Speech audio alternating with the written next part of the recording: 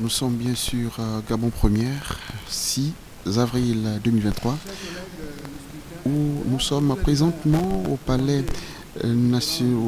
Léon-Bas de l'Assemblée nationale. Nous venons justement d'écouter 8 intervenants des groupes parlementaires et les non-inscrits de l'Assemblée nationale et du Sénat. Silence en tenace là, Landi Boudiongo et Laneli Komba de Radio Gabon. Nous avons eu effectivement 5 avis favorables, un avis défavorable et 2 abstentions. On pourrait penser qu'il y a match comme on dit au quartier, mais il n'en est rien finalement.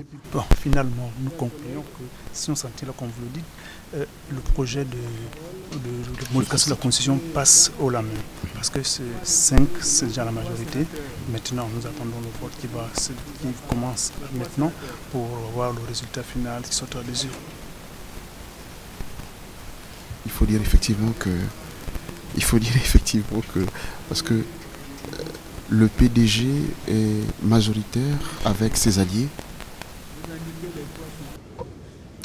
Nous sommes toujours au palais Léon-Bas de l'Assemblée nationale où présentement les vénérables sénateurs et les honorables députés, tout à l'heure nous disions, les congressistes sont au nombre de 172, il y a 25 excusés, 8 absents.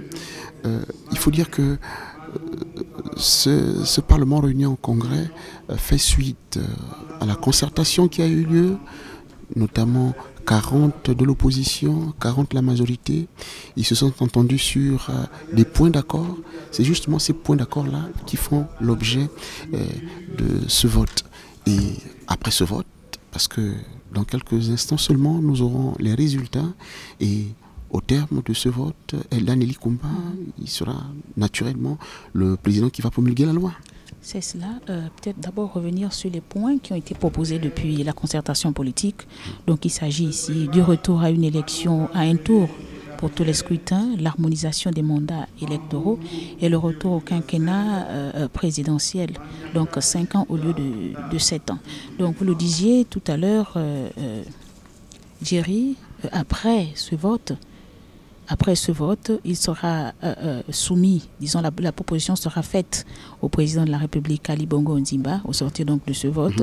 Qui est le seul légataire justement à convoquer ce congrès, hein, c'est important de le signaler. Justement, oui, il est le seul légataire, l'unique. Et après donc proposition au président de la République, c'est à lui donc de promulguer la loi.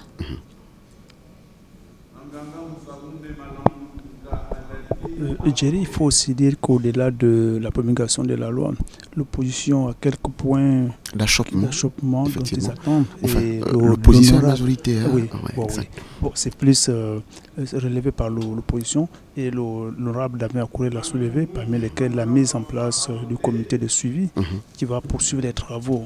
Et à l'intérieur, il y a la nomination. Ils attendent également que la nomination des sénateurs à parité, opposition majorité, soit acté. Et un statut particulier. Un statut particulier d'opposition, effectivement, pour éviter tout ce qu'on a vécu avant la concertation. Qui va représenter l'opposition, voilà, parce que c'était quand même quasiment une cacophonie. Parce que il faut dire que les opposants justement estiment que le président est le président de tout le monde. Il n'y a pas de raison qu'il ne nomme que la majorité, parce que c'est ces prérogatives constitutionnelles qui lui permettent justement de nommer 15 sénateurs. Exactement, il est au-dessus de la mêlée. Lorsque le président est en fonction, il n'est plus membre de tel parti au-dessus de la mêlée. Et parmi les éléments, Laneli Djerembougou, il y a également la rencontre avec la Cour constitutionnelle pour discuter sur un certain nombre de points qui causent souvent problème, notamment par exemple le procès verbal, la publication des résultats dites sortis des unes comme le dit toute la classe politique. Mais il faut signaler quand même que ce point d'achoppement sera peut-être vu après ces prochaines élections, les 3 élections qui auront lieu sensiblement aussi en août 2023. Oui, bon, là, à ce niveau, les choses ne sont pas encore claires sur l'harmonisation des mandats. Parce que dans les débats, ce qu'on nous a fait entendre, c'est que tous les mandats devaient débuter au même moment et s'arrêter au même moment, pour éviter qu'on ait des élections quasiment chaque année ou chaque 2 ans. Et il faut quand même souligner le fait que ce soit effectivement le Premier ministre qui a porté cela, hein, parce que l'exposé des motifs, aussi bien à l'Assemblée nationale qu'au Sénat, c'est lui qui était porteur de ce projet de révision constitutionnelle. Et aujourd'hui encore, c'est lui, au terme de cette élection, c'est lui qui va donner son laïus. Exactement, puisqu'il a été mandaté par le chef de l'État pour suivre le déroulé des travaux. Donc à la fin, naturellement, on s'attend qu'il devra donner son point de vue par rapport au résultat qui sortira des urnes favorables ou défavorables. Mais comment expliquer finalement Landry Budiongo et Nelly Komba que la majorité et l'opposition ils se sont concertés, mais pourquoi certains qui étaient justement la concertation appellent ou à l'abstention ou à un avis au vote défavorable? Bon, c'est difficile à comprendre parce qu'on ne peut pas avoir pris part à une élection, à une concertation tant pour moi, et se retrouver encore à vouloir contester le déroulé. Le fruit de ce... Voilà. On peut comprendre certaines formations politiques qui n'ont pas pris part. Mais on estime que s'il y a eu les partis de l'opposition, il y a eu les 40 représentants de l'opposition, ils représentent toute l'opposition. Donc en réalité, tout le monde devrait, tous les votants devaient prendre cause et effet. Ici, c'est le vote qui continue. Je crois qu'au terme de ce vote, les chiffres seront totalement revus, hein, parce que tout à l'heure, le président de l'Assemblée nationale, justement, qui est présentement également le président de ce congrès, il le signalait qu'il y a certains vénérables, certains honorables qui étaient là, qui sont partis, et d'autres qui n'étaient pas là au départ lors de l'appel et qui se retrouvent dans la salle. Justement, au départ, le président du congrès, Faustin Bokobi, annonçait 172 congressistes. Exact. Et comme vous le disiez, on a eu quelques entrées et quelques sorties. Donc c'est à l'issue du vote qu'on saura combien de congressistes ont pris part à ce vote. Exact. Je crois que petit à petit, nous allons justement vers la fin de ce vote. Faire voter 172 congressistes, ça prend un peu de temps, mais le temps qui en vaut la peine. Hein. Exactement, Jerry. Pour une fois. Effectivement, il faut... Comme on disait, on a suivi les interventions des présidents des groupes parlementaires ou des représentants des groupes parlementaires ici, qui évoquent un certain nombre de raisons qui amènent à la modification de la Constitution. L'objectif général, c'est d'amener les Gabonais à organiser des élections apaisées. Voilà, et parmi les éléments qu'ils ont relevés, il y a trop d'abstention. Par exemple, ils ont relevé en 2018 qu'on était au-delà de 40% d'abstention. L'honorable Séraphin à Kouré d'Avin, effectivement, disait qu'en 2016, il y avait 35% d'abstention et en 2009, 55% d'abstention. Ce sont ses propos. Donc c'est un peu ces éléments-là qu'il faut chercher, peut-être pas à tout enrayer, mais au moins réduire quand même, parce que lorsqu'il y a plus d'abstention, c'est pas souvent une élection très vue, souvent par des observateurs qui nous... Et parmi justement les interventions tout à l'heure, peut-être revenir sur le vénérable Cyriaque Voronjami, naturellement qui a demandé, qui a un avis favorable, mais qui a quand même appelé ceux qui s'opposent aujourd'hui à la responsabilité, à l'éthique, parce qu'il a estimé qu'après avoir participé à la concertation, la logique aurait voulu que les consensus, la concertation aille jusqu'à l'avis du vote.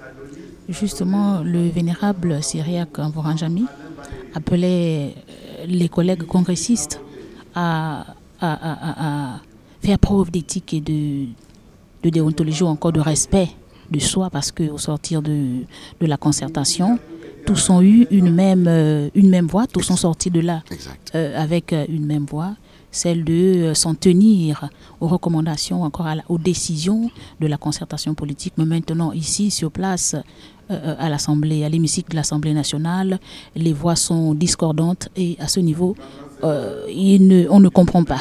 On ne comprend pas. Et je crois que c'est justement, il faut dire que le non-inscrit, l'honorable Bonaventure Nzigou Monfombi, qui est le président du FER, et justement, il a fait une sorte de coup de gueule, dans le sens où il a fustigé justement les opposants qui ont participé à la concertation, ou ceux qui n'ont pas voulu au départ et qui ont quitté la table des travaux et qui voulaient ensuite revenir. Oui, nous avons effectivement constaté vraiment une intervention très dure à l'endroit de ces pairs de l'opposition.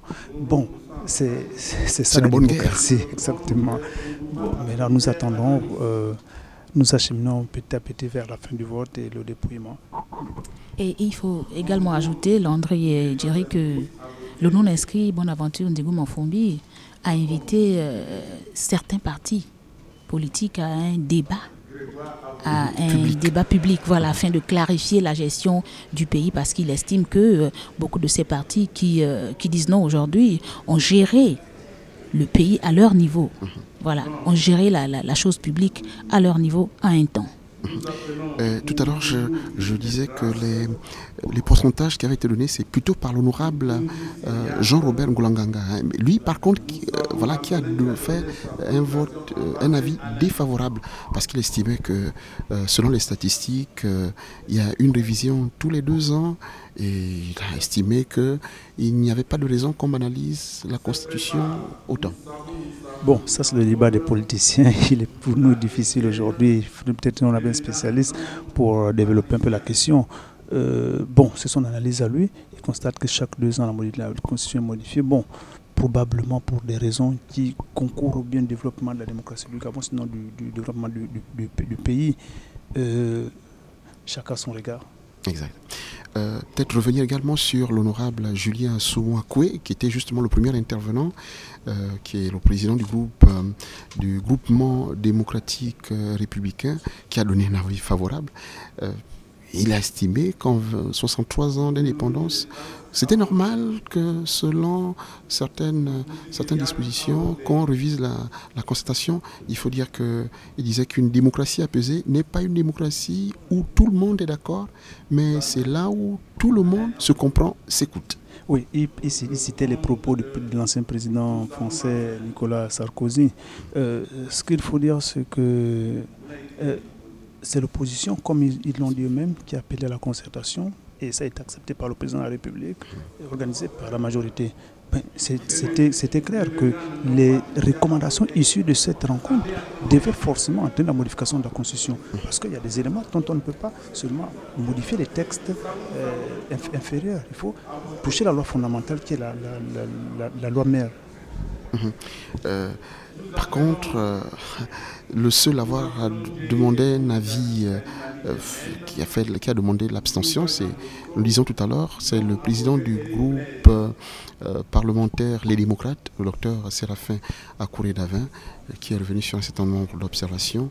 Et lui, selon lui, il estimait qu'il n'y avait aucun enjeu, aucun suspense, puisque le PDG et ses alliés sont majoritaires.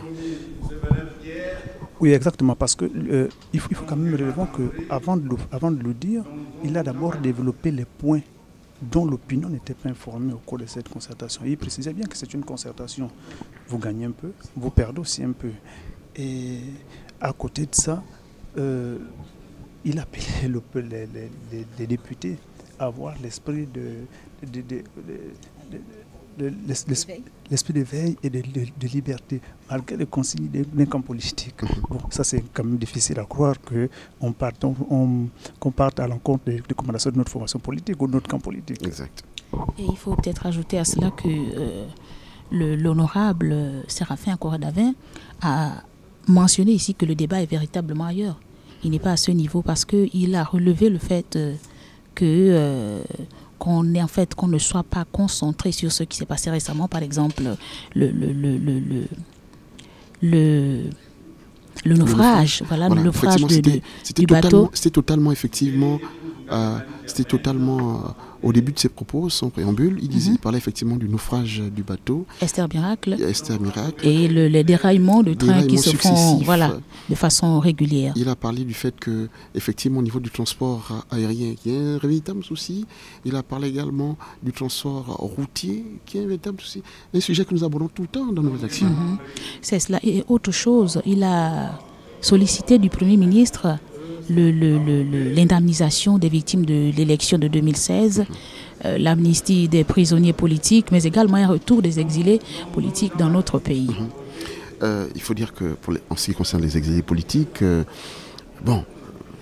plutôt les prisonniers politiques, le gouvernement estime que ce n'est pas des prisonniers politiques, c'est plutôt des prisonniers d'opinion. Exactement, c'est ce que je voulais également relever.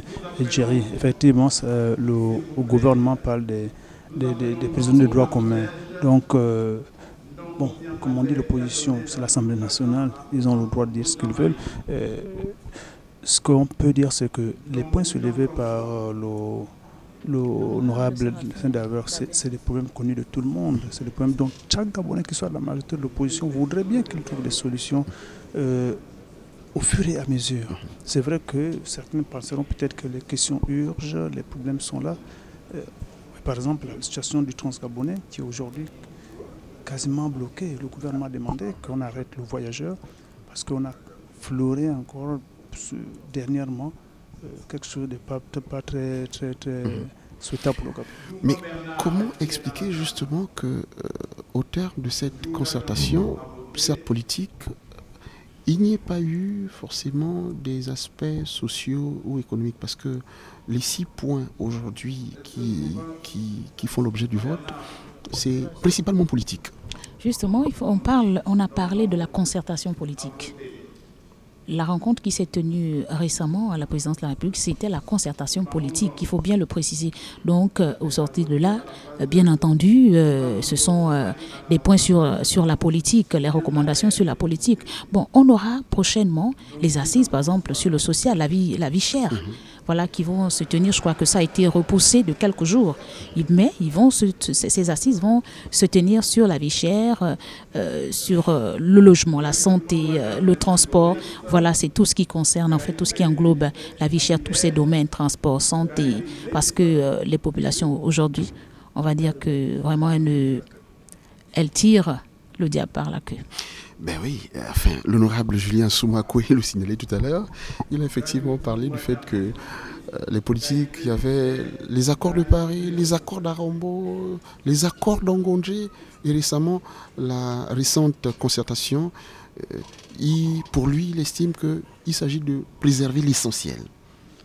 Oui, préserver l'essentiel, et l'essentiel c'est le bien-être du peuple gabonais, c'est le développement du Gabon. Donc, les modifications de la Constitution, bien d'autres textes subséquents sont faits en fonction de l'intérêt du peuple gabonais. Maintenant, comme je disais déjà au départ, certains voudraient que les réalisations soient plus rapides ou plus accélérées. Bon, il y a plusieurs éléments qui rentrent en compte, peut-être sur le plan financier, sur le plan environnemental, ainsi de suite. Donc voilà un peu aujourd'hui le regard qu'on peut apporter à ces attentes des Gabonais.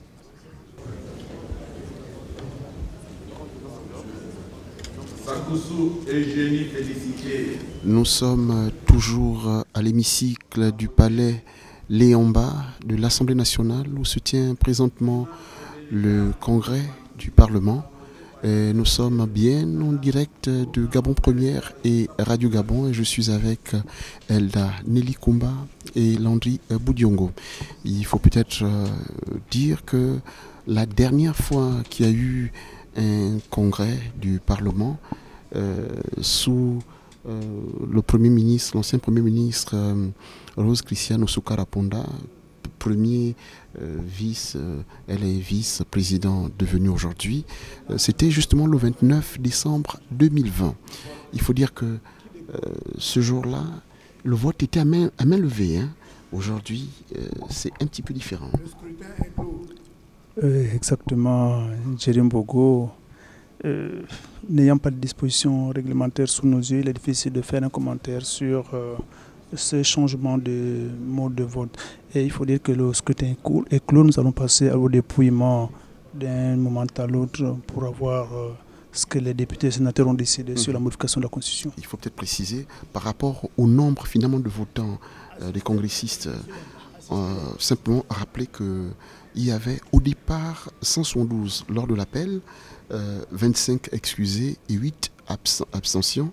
Mais le président du Congrès l'a signalé tout à l'heure, Faustin Boukoubi, il disait effectivement qu'il y a eu des entrants et des sortants.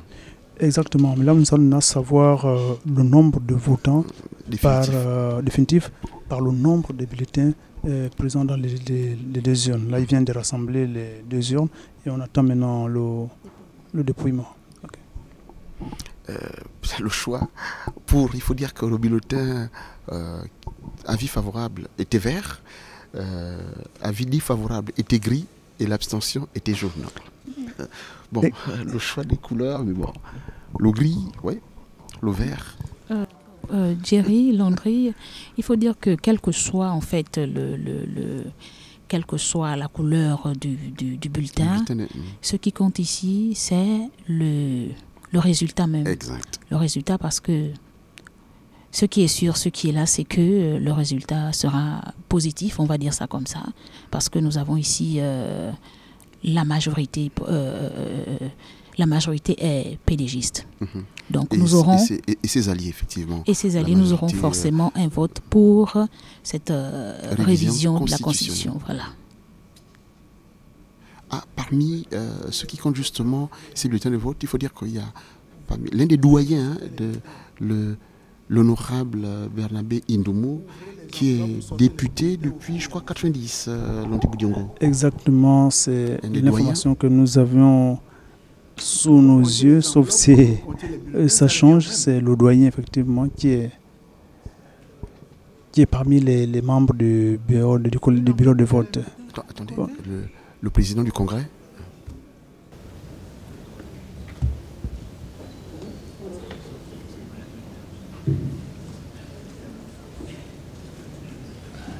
Chers collègues, je crois que le résultat se présente devant nos yeux à tous.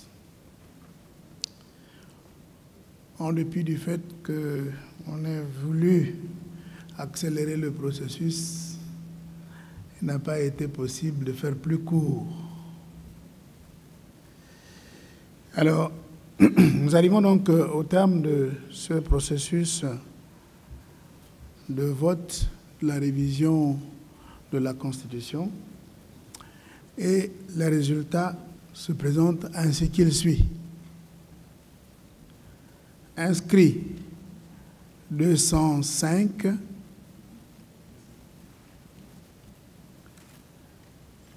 votants 198,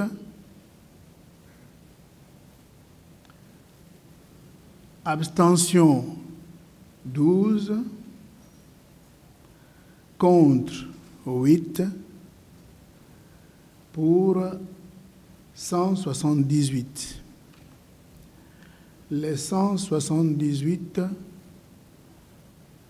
représentent 86% de l'électorat, donc 86%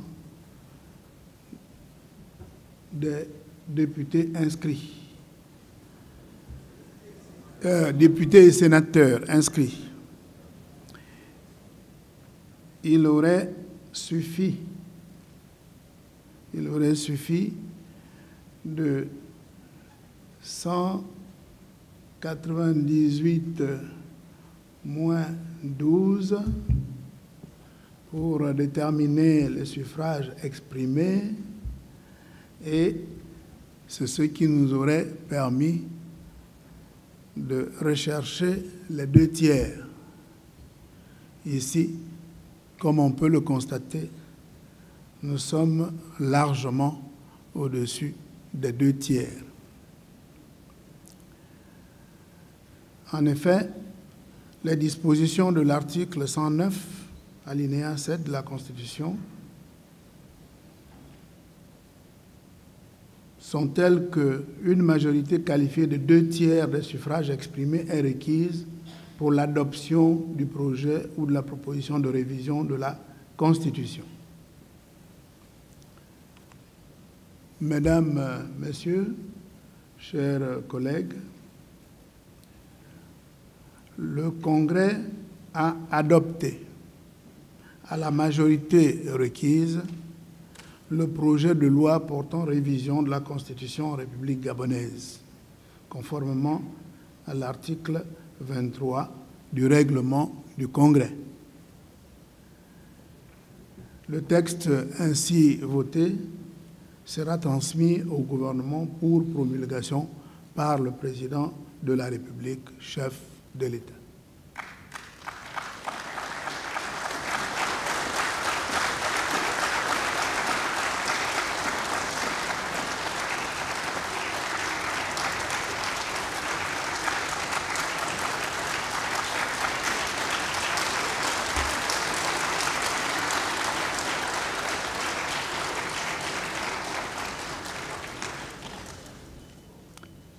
Monsieur le Premier ministre, quand bien même ces applaudissements sont expressifs, je m'en vais vous passer la parole pour avoir votre sentiment à l'issue de ce vote.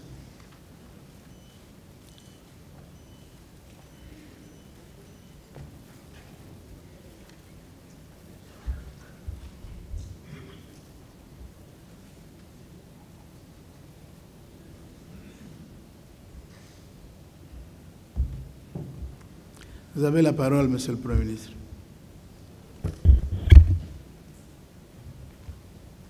Monsieur le Président de l'Assemblée nationale, Président du Congrès, Madame le Président du Sénat, honorables députés, vénérables sénateurs, Mesdames et Messieurs, je voudrais, au nom du Président de la République, chef de l'État, au nom du gouvernement,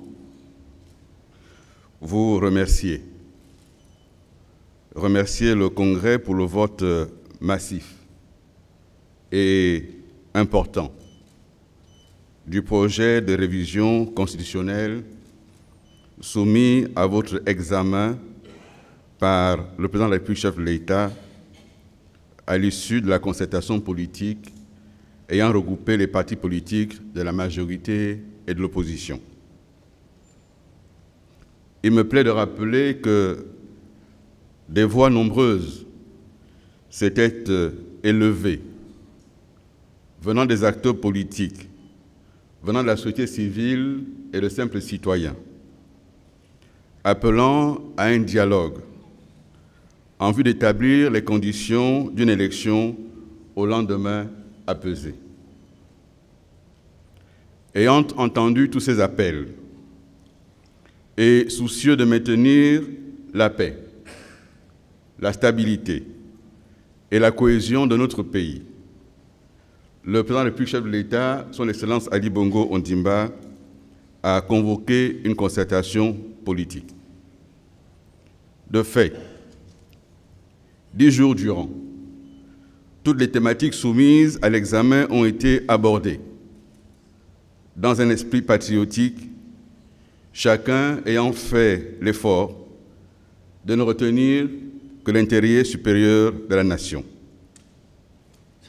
Qu'il me soit permis à cet égard de remercier tous les acteurs politiques, de la majorité comme de l'opposition, ayant contribué à l'élaboration du consensus auquel nous sommes fort heureusement parvenus.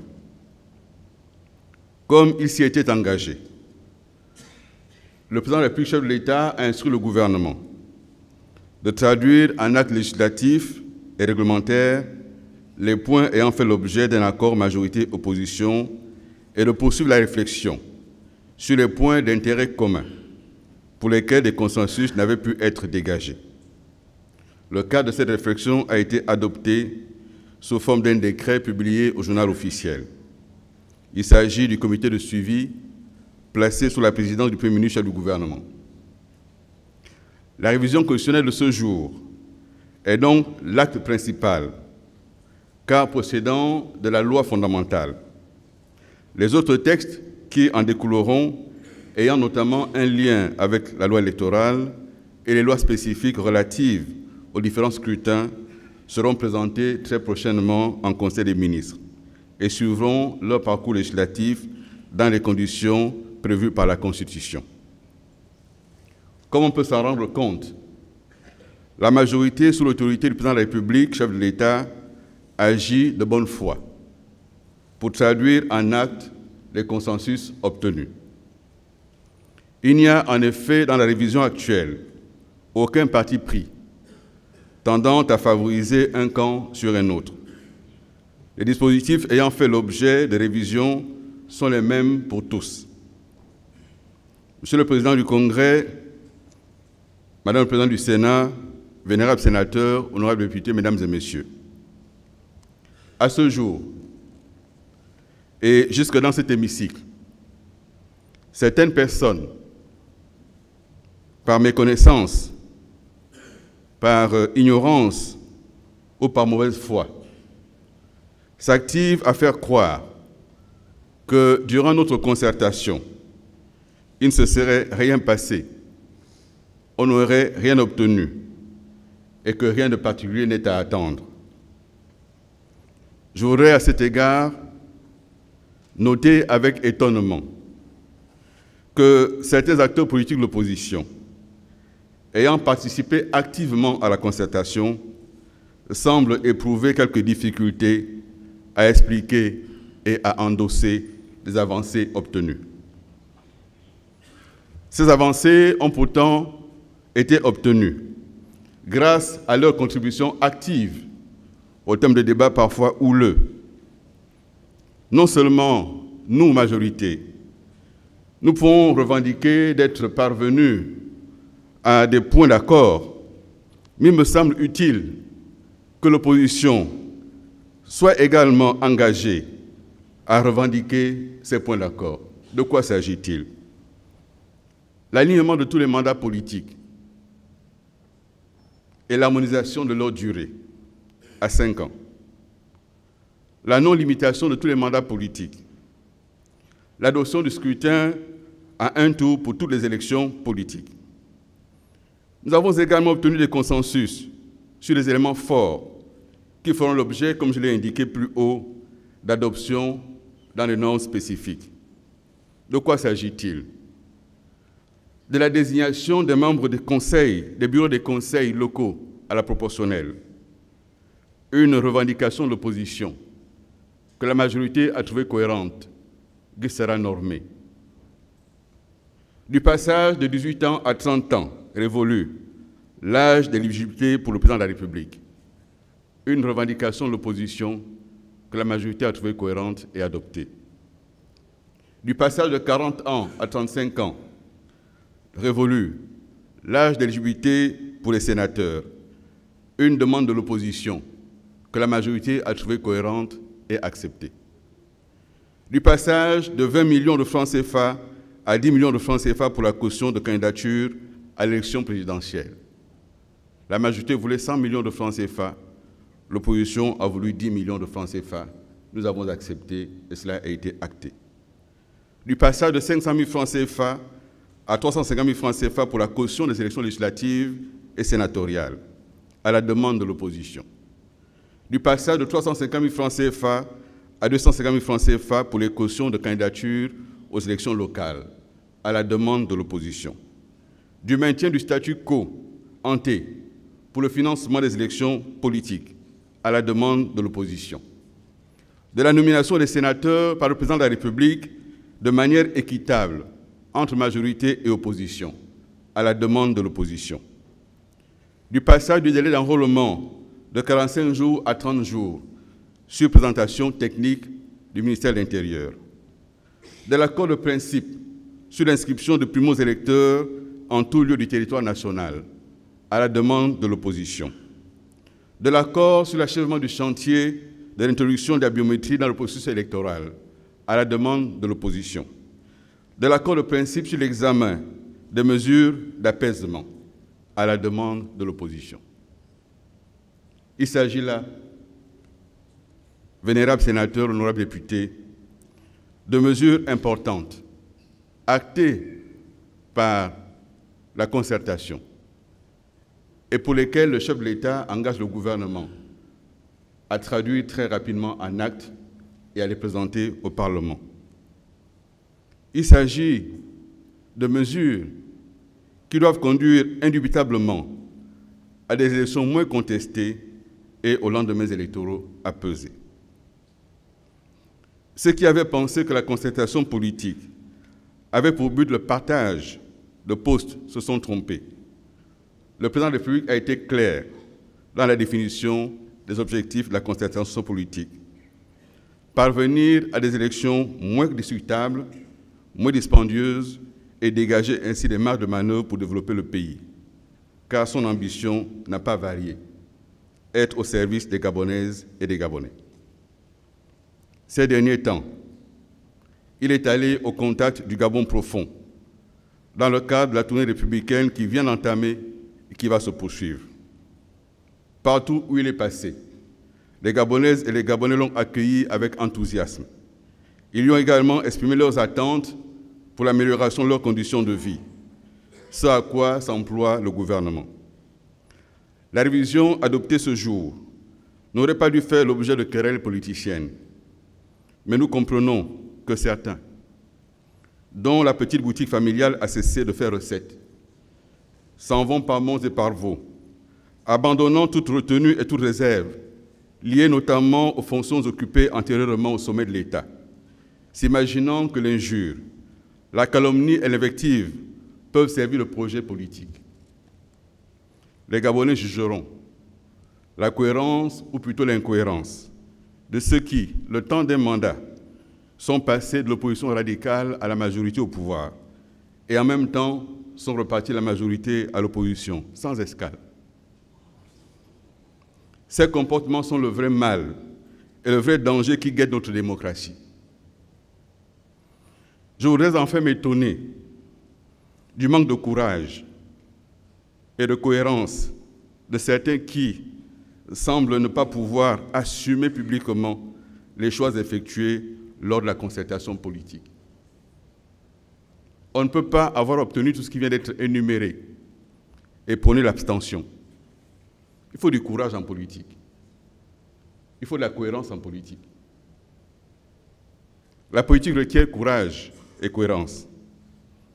En définitive, de quoi a-t-on besoin dans notre pays?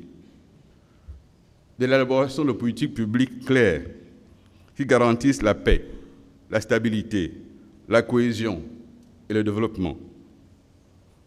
Honorables députés, vénérables sénateurs, par le vote de la présente révision, le Parlement s'inscrit, comme d'accoutumé, dans l'élaboration de projets d'avant-garde pour l'affermissement de notre démocratie et de l'État de droit.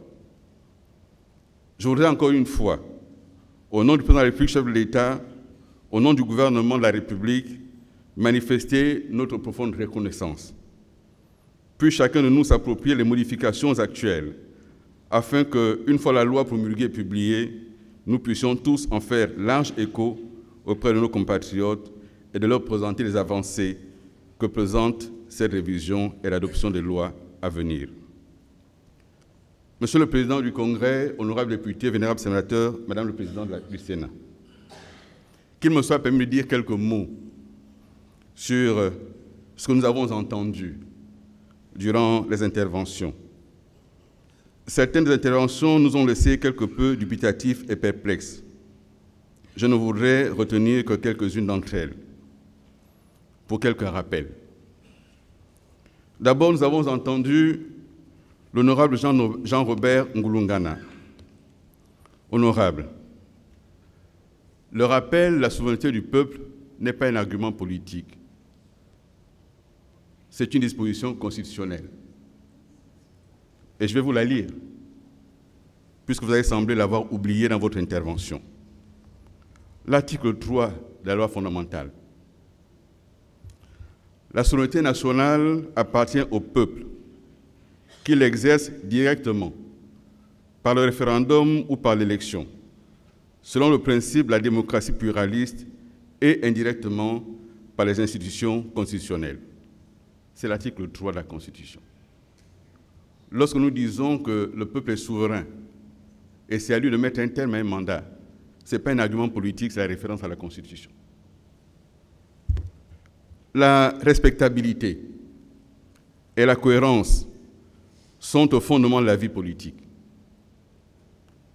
Notre devoir, en tant qu'acteur public, est aussi d'instruire le peuple et de lui dire la vérité.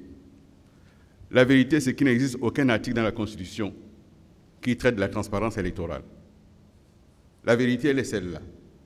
C'est que la modification n'avait pas vocation à traiter des questions électorales. Ce n'est pas la vocation de la Constitution. Nous avons révisé la Constitution.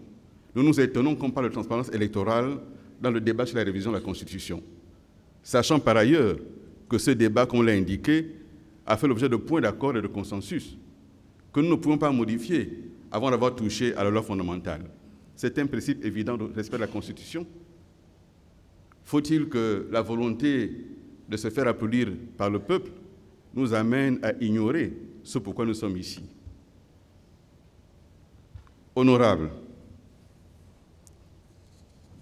nous aurions pu rappeler que 1993 que vous avez évoqué, et c'est la cohérence. À titre personnel, nous n'étions pas du même côté. Mais la Constitution de 1991 que vous avez évoquée, lorsque des révisions ont été apportées, vous êtes resté au PDG, vous ne l'avez pas quitté. Et vous avez continué au PDG sans l'avoir quitté. Il n'est pas cohérent en 2023 de dénoncer ce qu'on a soutenu depuis 1993. La cohérence. Mon très cher honorable Akouré, vous semblez avoir plus de problèmes dans l'opposition qu'avec le texte présenté. Car tout votre argumentaire, c'était de vous défendre des attaques venues de vos propres rangs. Mais nous n'y pouvons rien. Il y a des choix politiques qu'il faut assumer publiquement. Si les vôtres profitent de votre aura donnée par votre présence à cette concertation et que vous utilisez cette tribune pour leur répondre, c'est votre choix. Mais il n'y a aucun lien entre ce que vous avez dit et la Constitution. L'objet qui nous réunit ici, c'est la Constitution. Que certains vous aient quelque peu écorné, nous en sommes désolés, mais nous vous invitons à assumer publiquement les choix, parce que ce sont des choix pour l'avenir. Vous avez choisi de bâtir, de construire pour l'avenir. Les effectifs présents ne peuvent pas vous détourner de l'avenir.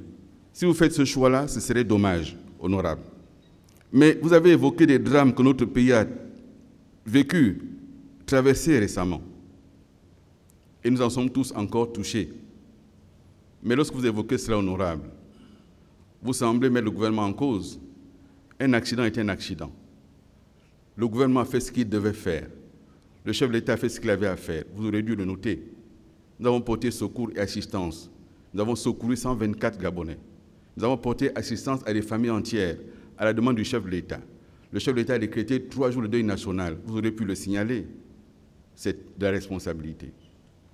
Vous avez évoqué le cas de la jeune compatriote en Turquie. C'est un dossier que nous suivons pas à pas au quotidien avec l'ambassade du Gabon en Turquie. Et je peux vous dire qu'à l'heure où nous parlons, on n'est plus au stade de suspect. L'un des individus a été arrêté et écroué parce qu'il s'agit d'un assassinat. Et cela a été grâce à l'action diplomatique du Gabon qui a poussé les autorités turques à mener plus loin les enquêtes. Et aujourd'hui, nous avons la certitude qu'il s'agit d'un assassinat. Le ministre des Affaires étrangères, le ministre des Affaires étrangères s'est rendu au chevet de la famille, rencontrer la famille, à ma demande en tant que chef du gouvernement. Le père de famille, nous sommes en contact pour voir comment l'État peut accompagner la famille dans cette douloureuse épreuve. Il n'est pas bon de chercher à exploiter de telles situations douloureuses pour les familles. Vous évoquez le chemin de fer. En responsabilité, nous avons décidé d'interrompre le trafic passager sur le chemin de fer. Parce qu'en effet, nous ne pouvons pas continuer à exposer les Gabonais face à un chemin de fer qui déraille quotidiennement. Mais là aussi, nous avons investi des milliards de francs CFA, des dizaines de milliards de francs CFA, aujourd'hui pour rénover le chemin de fer. Le gouvernement le fait en responsabilité. Honorables, je voudrais terminer sur un dernier point. Nous sommes engagés sur la réforme de notre pays, la réforme de ses institutions. Et nous entendons souvent dire qu'on révise trop souvent la constitution gabonaise. Quelqu'un a même décompté l'autre jour qu'il y en avait eu 9 ou 8 ou 12, on ne sait plus trop. Mais j'ai seulement rappelé que la constitution d'un État, d'un pays, c'est la traduction d'une volonté de ses citoyens à un moment de leur parcours. Notre volonté aujourd'hui est de bâtir un système avec des institutions stables. C'est ça à quoi le chef de l'État s'est engagé, d'où la concertation politique qu'il a convoquée et à laquelle nous avons tous participé. Nous devons avoir le courage d'assumer nos décisions et d'en rendre compte publiquement. Manquer de courage à ce stade de responsabilité n'est jamais bon pour l'avenir du pays. Je voudrais, Monsieur le Président du Congrès, Madame le Président du Sénat, vénérable sénateur, honorable député, encore une fois, au nom du Président de la République, au nom du gouvernement, et si c'est possible, en mon nom en tant que chef du gouvernement, vous remercier pour avoir accordé un vote plus que massif. Merci de votre aimable attention.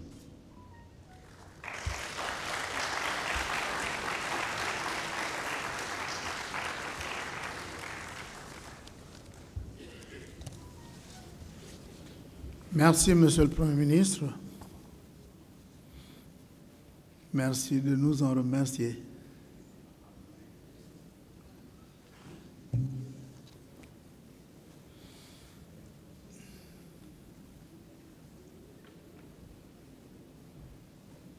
Tout est bien qui finit bien. Monsieur le Premier ministre, chef du gouvernement,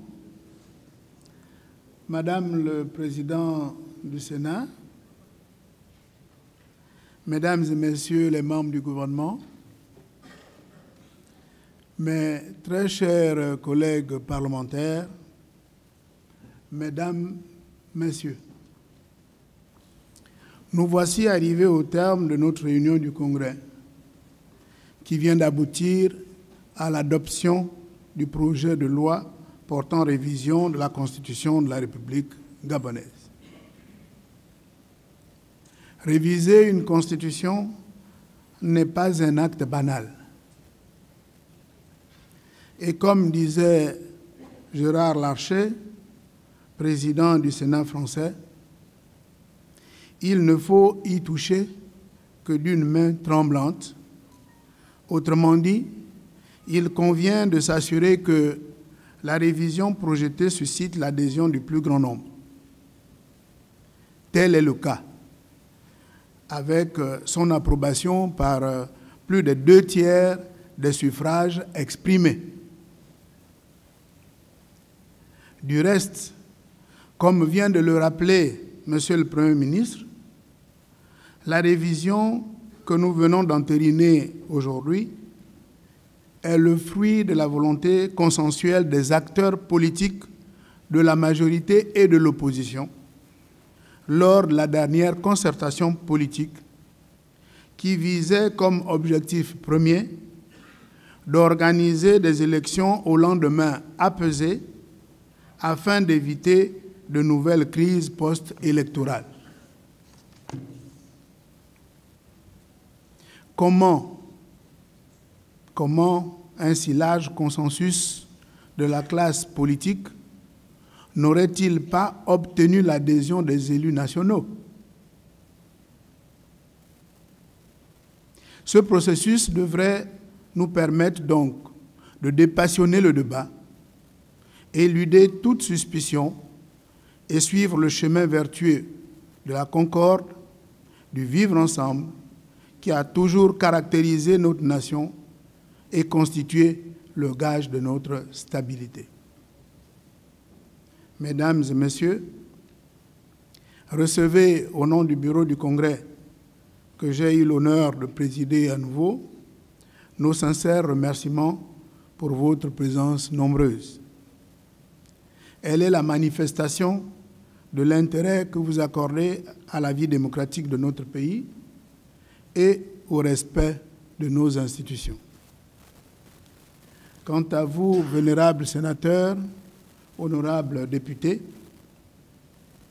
en application stricte de la Constitution en vigueur, vous venez d'accomplir une exigence légale par votre participation à ce congrès réunissant nos deux chambres du Parlement et par l'expression de vos suffrages clairs et massifs.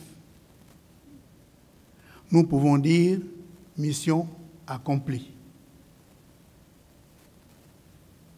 Nous repassons le relais au gouvernement afin de jouer son rôle jusqu'à la mise en œuvre de nouvelles dispositions. Tout en vous souhaitant une bonne fin de journée, je déclare close la réunion du Congrès et remercie les uns et les autres. La séance est levée. Bonne soirée à tous.